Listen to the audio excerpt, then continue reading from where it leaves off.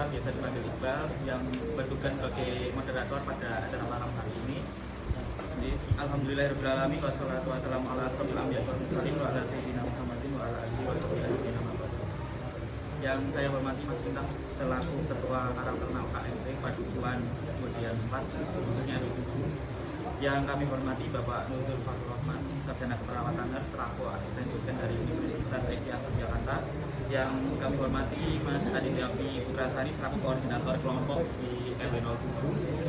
Dan teman-teman Karang Taruna serta mahasiswa Universitas Asia Yogyakarta yang berbahagia. Segala puji bagi Allah Subhanahu wa taala atas limpahan rahmat dan karunia-Nya sehingga kita masih diberikan kesempatan untuk hadir pada pertemuan pada yang kenceng.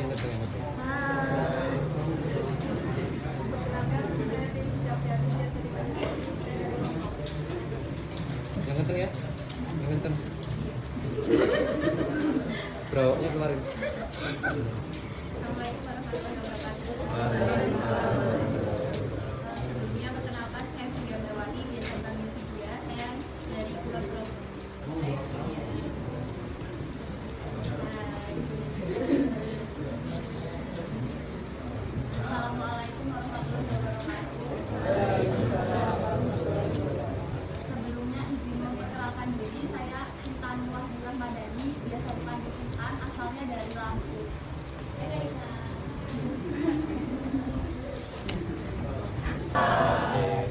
Alhamdulillah kondisi sehat semua.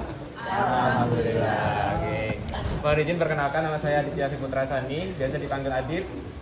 Jadi kalau misalkan ketemu di jalan langsung sapa aja ya, panggil aja. Karena mungkin saya belum hafal dengan teman-teman semua, jadi langsung tegur aja.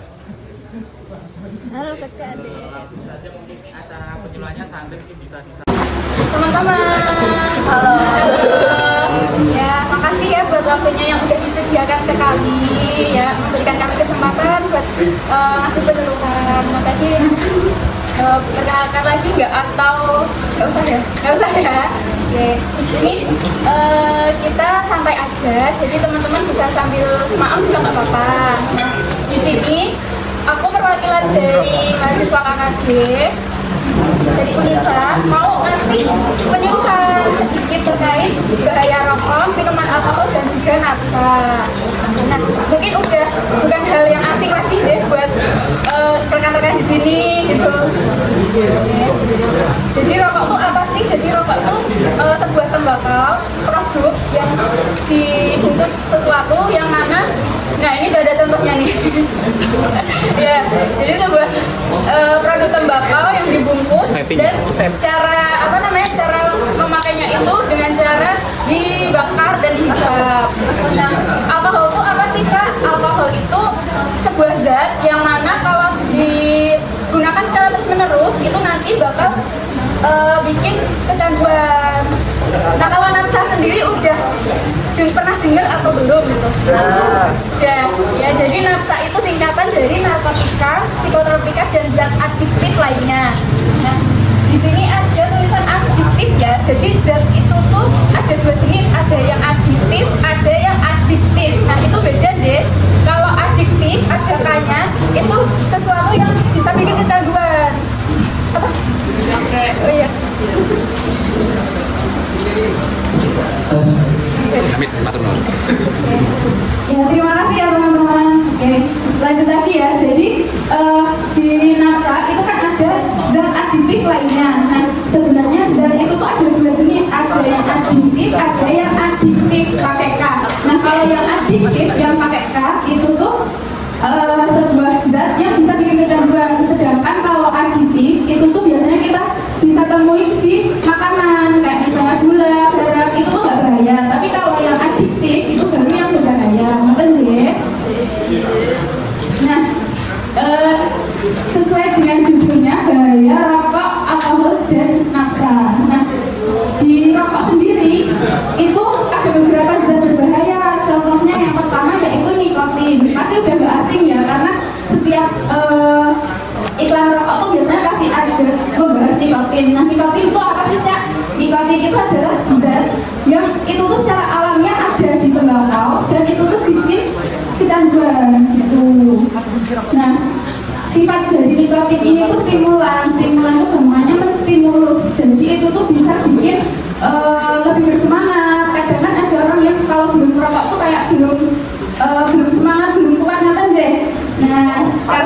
dari dalam rokok itu ada zat yang namanya nikotin itu tadi, dan di dalam nikotin itu ada zat yang sifatnya stimulan tadi dan bisa untuk meningkatkan denyut jantung. Itu sebenarnya berbahaya ya, karena kalau dikonsumsi terus-menerus itu tuh nanti denyut jantungnya bisa nggak beraturan karena terlalu distimulus itu tadi. Nah sebenarnya di dalam vape itu, rokok elektrik itu juga sebenarnya ada nikotinnya juga. Ya. Terus zat lainnya apa sih, Cak? Ada tar. Tar itu zat dalam rokok yang sifatnya kalau dalam jangka panjang itu tuh bisa menempel di paru-paru. Nah kalau buat jangka pendeknya itu bisa bikin gigi kuning gitu. Ya. Nah kalau jangka pendeknya kan bisa langsung terlihat ya kayak giginya kuning. Nah kalau jangka panjang itu tuh nanti bisa bikin kanker paru-paru juga karena zat itu tuh menempel di paru-paru, jadi bisa bikin jadi kanker. Terus zat lainnya itu ada karbon monoksida. Ini bukan karbon dioksida ya, kalau karbon dioksida kan yang kita hembuskan nafas. Ini karbon monoksida beda lagi, susunan atomnya beda.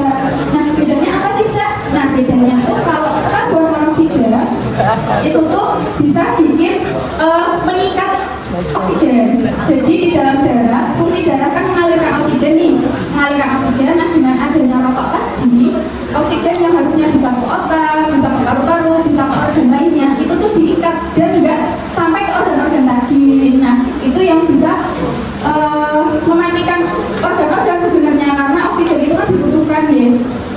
Lalu ada zat lain yaitu amonia. Itu bisa bikin iritasi saluran pernafasan. Untuk yang lainnya itu ada formaldehida. Nah itu tuh sebenarnya pengawet mayat tapi beda sama formalin. Kalau formalin itu wujudnya cair ya, cair kalau nggak serbuk. Kalau formaldehida ini tuh wujudnya gas, yang mana itu tuh keluarnya bareng sama asap rokok gitu. Terus zat lainnya itu ada namanya arsenik. Nah, walaupun namanya cakep ya arsenik gitu ya, tapi itu ternyata zat yang mematikan juga karena itu sebenarnya digunakan dalam racun tikus sebenarnya. Terus hal lain dalam rokok itu ada sianida. Mungkin udah nggak asing ya sama sianida, apalagi kemarin ada kasus Mirna sianida. Nah itu merupakan racun yang bisa langsung mematikan sel-sel tubuh. Terus yang lain ada benzena dan kadmium, itu sebenarnya digunakan di bahan bakar. Terus buat yang selanjutnya itu bahaya dari minuman alkohol. Nah minuman alkohol itu sebenarnya sesuatu yang dibuat yang mana di dalamnya tuh ada zat namanya etanol. Nah zat ini tuh merupakan zat yang kalau secara terus-menerus dikonsumsi itu tuh bisa menurunkan kesadaran dan koordinasi tubuh. Makanya kalau orang-orang mabuk itu kan biasanya langsung linglung gitu ya, linglung terus jalannya sempoyongan. Nah itu tuh efek dari etanol itu. Lalu selain ada etanol, ada metanol. Metanol ini biasanya oplosan gitu. Jadi ada sebuah alkohol satu jenis nih.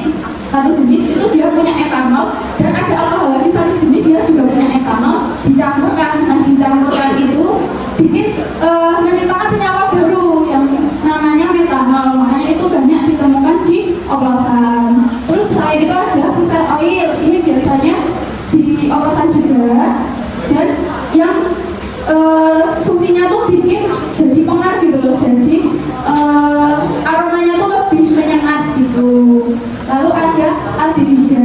Ini produksi hasil dari oplosan-oplosan tadi.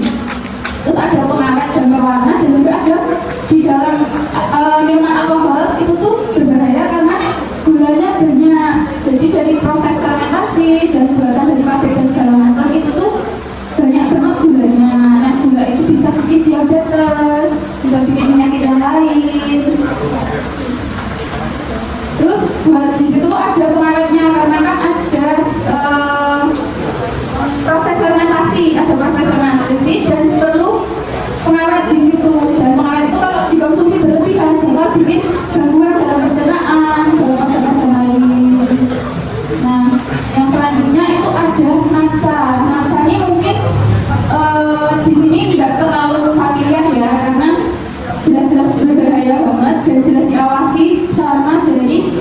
BNN, pihak di Badan Narkotika Nasional. Jadi buat sebenarnya tuh masih benar-benar diawasi.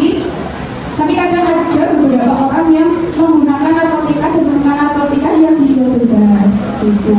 Nah, jadi NARSA itu singkatan dari narkotika, psikotropika, dan zat adiktif lainnya. Nah, narkotika ini ada 3 golongan, ada golongan 1, golongan 2, dan golongan 3. Nah, kalau golongan 1 ini tuh narkotika yang sangat amat berbahaya karena sekali makan aja bisa bikin kecanduan. Dan itu benar-benar diawasi banget sama dari BNN. Nah, untuk golongan 1 ini itu benar-benar diawasi banget, dan kalau misalnya pakai buat penelitian itu pun juga nggak bisa tersebar bebas karena masih benar-benar bahaya banget. Nah, buat contohnya itu ada kokain, ada ganja, ada LSD, ekstasi, itu kan benar-benar yang persebarannya tuh diawasi banget gitu. Nah, kalau buat golongan 2 ini tuh efeknya nggak separah golongan 1, nggak seberbahaya golongan 1, tapi tetap aja diawasi.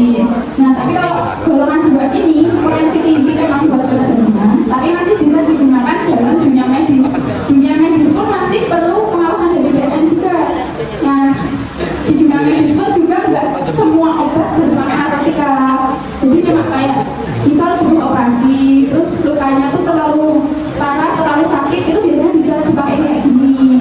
Nah, buat contohnya itu ada morfin itu obat reda nyeri yang kalau misal di ruang operasi, sebenarnya saya sempat pernah lihat kemarin karena pernah dapat di ruang operasi, dan morfin itu digunakan nggak ke semua orang yang operasi, tapi cuma ke yang luka-luka berat, yang berat banget, dan itu udah opsi terakhir. Ketika opsi pereda nyeri 1, 2, 3, 4 dan seterusnya itu udah nggak mempan, baru benar-benar opsi terakhir banget itu narkotika yang golongan 3. Nah, golongan 3 ini potensi buat ketergantungannya tuh ringan, tapi juga nggak tersebar bebas juga, dan biasanya masih digunakan di pengobatan dan masih tetap diawasi sama pihak BNN karena narkotika itu kan sesuatu yang bikin ketergantungan. Jadi dari pihak BNN itu masih tetap mengawasi. Tapi kalau untuk di yang golongan 3 itu tuh untuk buat pengobatan itu masih banyak karena ya itu tadi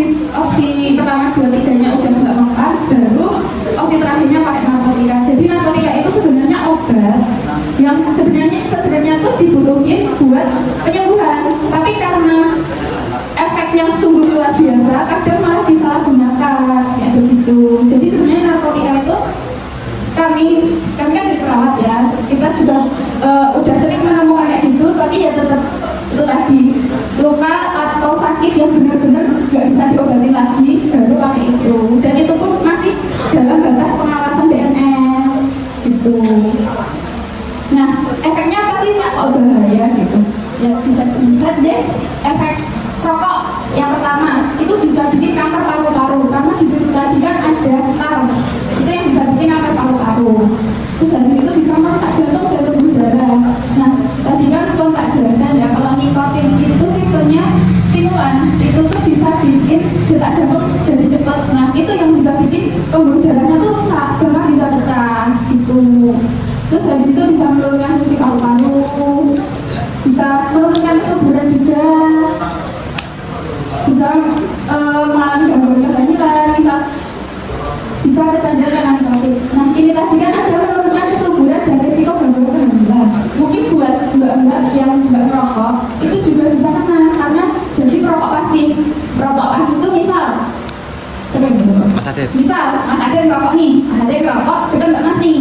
Nah, Mbak Mas nih yang asapnya. Nah, Mbak Mas nih bisa kena kanker, kena yang lainnya gitu. Jadi kalau merokok tuh sakitnya bukan buat diri sendiri, tapi buat yang orang di sekitar juga. Nah, makanya kalau misal mbak-mbak nih nggak merokok tapi punya pacar atau punya suami merokok, nah itu bisa mengalami gangguan risiko kehamilan gitu. Nah, terus buat Mas Lita tadi kan juga bilang waktu buat Idul Adha nggak boleh deh. Nah, itu sebenarnya udah langkah yang baik karena sebenarnya rokok tuh selain di asapnya yang keluar tuh kan asapnya kelihatan, biasanya langsung hilang gitu ya kan. Itu sebenarnya ada bahan yang jatuh, bahan-bahan yang jatuh dan itu bisa menempel di mana aja gitu. Nah jadi kalau misal kasusnya Mas Kinal tadi kan yang buat korban, nah itu bisa aja orang merokok terus habis itu zat-zatnya itu jadi tadi jatuh ke dagingnya terus diolah, itu malah bisa bikin membahayakan orang yang mengonsumsi gitu. Jadi dari Mas Kinal tadi saya deh yang berbawanya. Untuk yang selanjutnya efek alkohol. Efek alkohol kenapa sih? Ini ngomongnya alkohol ya, jangan minuman keras. Soalnya kalau minuman keras es batu juga keras ya. Ya, jadi kalau darinya alkohol dia buatan minuman keras ya. Nah efeknya apa sih kok bahaya? Nah efeknya itu ada menurunkan fungsi hati. Lalu habis itu ada menurunkan fungsi otak karena kan alkohol itu bikin koordinasi tubuh itu nggak seimbang. Nah itu bisa mempengaruhi fungsi otak. Terus habis itu ada risiko kanker juga, menurunkan sistem imun, gangguan mental, dan juga ada risiko cacat janin gitu. Terus untuk nafsa kan udah jelas ya sesuatu yang sangat amat dilarang karena efeknya tuh emang bener-bener luar biasa, bener-bener luar biasa. Jadi di nafsa itu ada 3 jenis efek, ada depresan, ada stimulan, ada halusinogen. Nah kalau depresan itu tuh biasanya setelah mengonsumsi orang itu akan merasa tenang, nggak ada pikiran, ya pokoknya kayak orang berubah lah ini nih. Nah kalau stimulan itu dia tuh menstimulus, jadi dia bikin semangat. Yang awalnya lemes tiba-tiba langsung energi, langsung bisa 3 hari nggak tidur itu bisa. Terus habis itu kalau halusinogen itu tuh bisa bikin halusinasi kayak yang semuanya lagi banyak pikiran terus berhalusinasi yang senang-senang. Nah itu yang bikin narkoba itu dilarang banget karena dengan sekali konsumsi pun efeknya bisa luar biasa. Nah buat contoh yang halusinogen yang juga bikin halusinasi itu ada ganja, ada ekstasi, itu kan benar-benar diawasin banget ya sama BNN. Terus untuk yang stimulan itu ada kokain, ada amfetamin, buat depresan itu ada alkohol, ada morfin. Nah naksa ini mau nyebut sedikit ya, naksa ini kan terkait obat-obatan. Nah kadang tuh kita obat-obatan yang dijual secara bebas pun bisa disalahgunakan meskipun bukan naksa. Contohnya di sini ada yang sering sakit terus berobat gitu nggak? Ya kan? Contoh sederhana, kita lagi demam, kita beli paracetamol, kita minum. Awalnya terasa sesuai dosis kok nggak mandi gimana ya, ditambahin. Nah itu udah termasuk penyalahgunaan meskipun itu bukan golongan naksa, tapi itu tetap penyalahgunaan. Jadi kalau misal obat dikonsumsi ya sesuai dengan dosisnya, sesuai aturan dokter. Atau kadang antibiotik itu kan kalau dari dokter pasti disuruh dihabisin gitu ya. Nah itu kalau bisa dari dokternya ya, karena efek dari itu tuh bisa jadi penyalahgunaan obat. Itu mungkin contoh buat efek yang non naksa. Nah tadi kan terkait bahayanya. Terus kenapa sih kok bisa orang tuh kecanduan? Jadi kalau dari rokok itu tadi kan ada zat nikotin yang ada di tembakau. Nah itu tuh zat alami dari tembakau yang memang sifatnya itu bikin kecanduan. Dan kalau rokok itu tuh stimulus. Jadi ketika merasa lemas terus merokok jadi bersemangat. Nah itulah yang bikin orang jadi kecanduan. Terus alkohol itu kenapa kok bisa kecanduan? Karena alkohol itu biasanya orang kalau minum terus zat-zatnya tadi itu mempengaruhi otak yang awalnya banyak pikiran, banyak macam-macam itu tuh bisa hilang. Nah itu perasaan nyaman itu yang bikin orang tuh kecanduan dengan alkohol.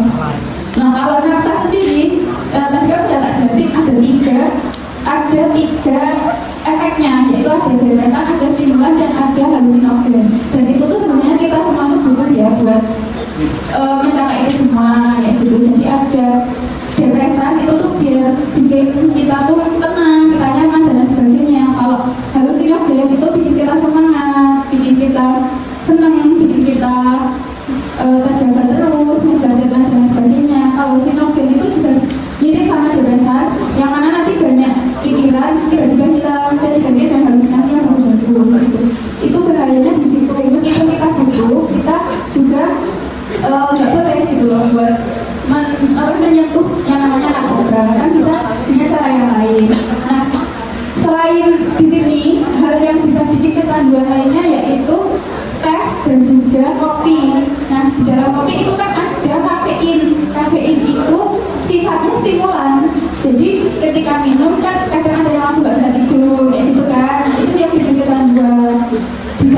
juga ada zat yang bisa bikin beberapa orang tuh jadi tenang. Jadi kalau nggak minum teh rasanya kayak gimana kayak gitu. Itu hal yang bikin kecanduan selain 3 yang saya sebutkan. Terus caranya gimana buat menghindari? Nah, yang pertama bisa meningkatkan wawasan. Meningkatkan wawasan itu maksudnya cari-cari di Google, kayak misal ini tuh sebenarnya ada nggak sih manfaatnya, buat apa kayak gitu. Terus habis itu bisa berani menolak ajakan. Jadi misal ditawarin kayak gitu, ditawarin oh enggak, cobain enak loh, harus berani bilang enggak kayak gitu ya. Nah, terus habis itu ada latih respon penolakan. Jadi melatih diri sendiri, menguatkan diri sendiri terhadap ajakan itu. Gimana cara nolaknya, gimana biar nggak goyah kayak gitu. Terus habis itu pilih lingkungan yang sehat. Nah, misal di suatu lingkungan kok ternyata mereka memiliki kebiasaan yang buruk itu, bisa dengan mencari lingkungan yang lebih baik kayak gitu. Lalu isi kegiatan dengan hal yang positif.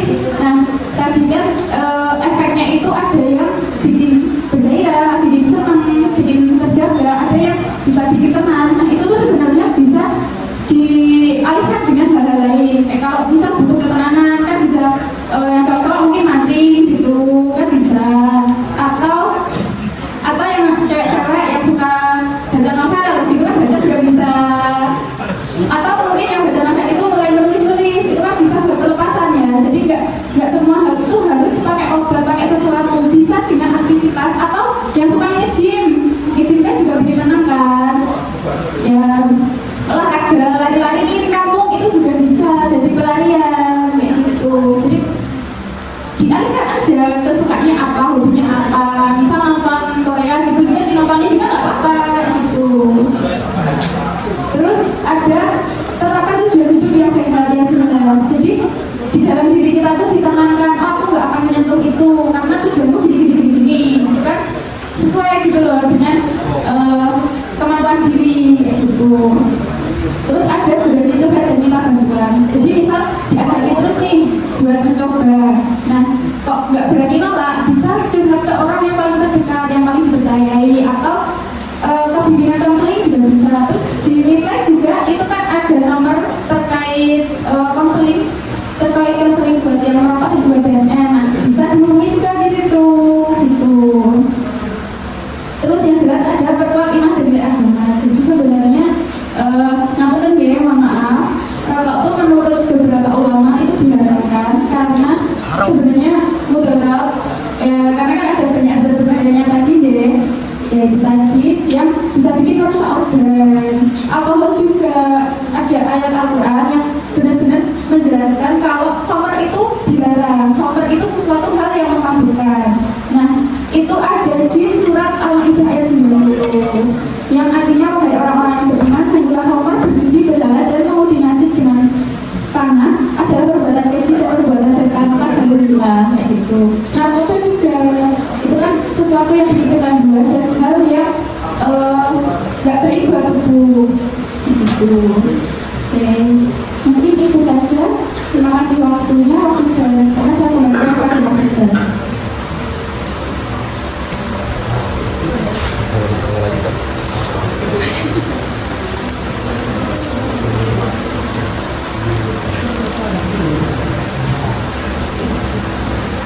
Selamat malam Mbak Mas dan teman-teman semua. Perkenalkan, saya Zahra. Sebelumnya tadi sudah lengkap sekali materi yang disampaikan dari Mbak Ica. Kaca. Oh, Kaca.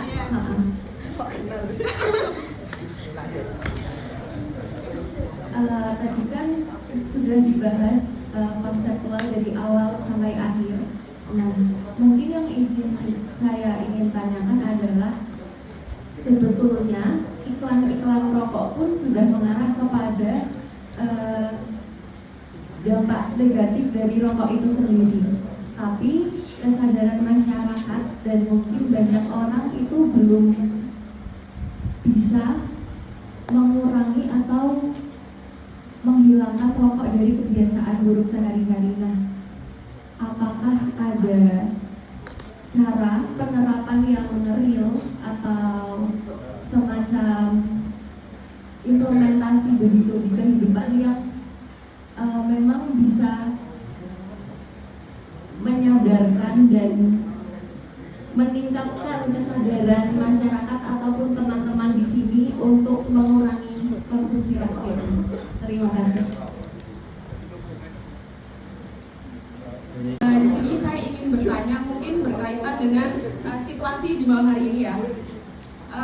Bisa teman-teman semua lihat ya, hampir sebagian besar dari teman-teman kita itu banyak yang menjadi perokok aktif, dan di setiap rapat atau pertemuan itu juga banyak yang merokok di antara teman-teman yang tidak merokok atau yang menjadi perokok pasif. Dan gimana caranya kita sebagai perokok pasif itu memberikan kayak penolakan, kalau udah kamu jangan merokok. Dan karena jujur kami perempuan ini yang tidak merokok sering merasa tidak nyaman dengan adanya asap rokok yang teman-teman rokok aktif itu hasilkan. Jadi gimana sih cara kita itu memberikan penolakan gitu kepada teman-teman kita, dan agar itu tuh bisa efektif. Terima kasih. Baik, terima kasih untuk pertanyaannya. Mungkin ada lagi yang ingin bertanya dari mas-mas mungkin? Oke.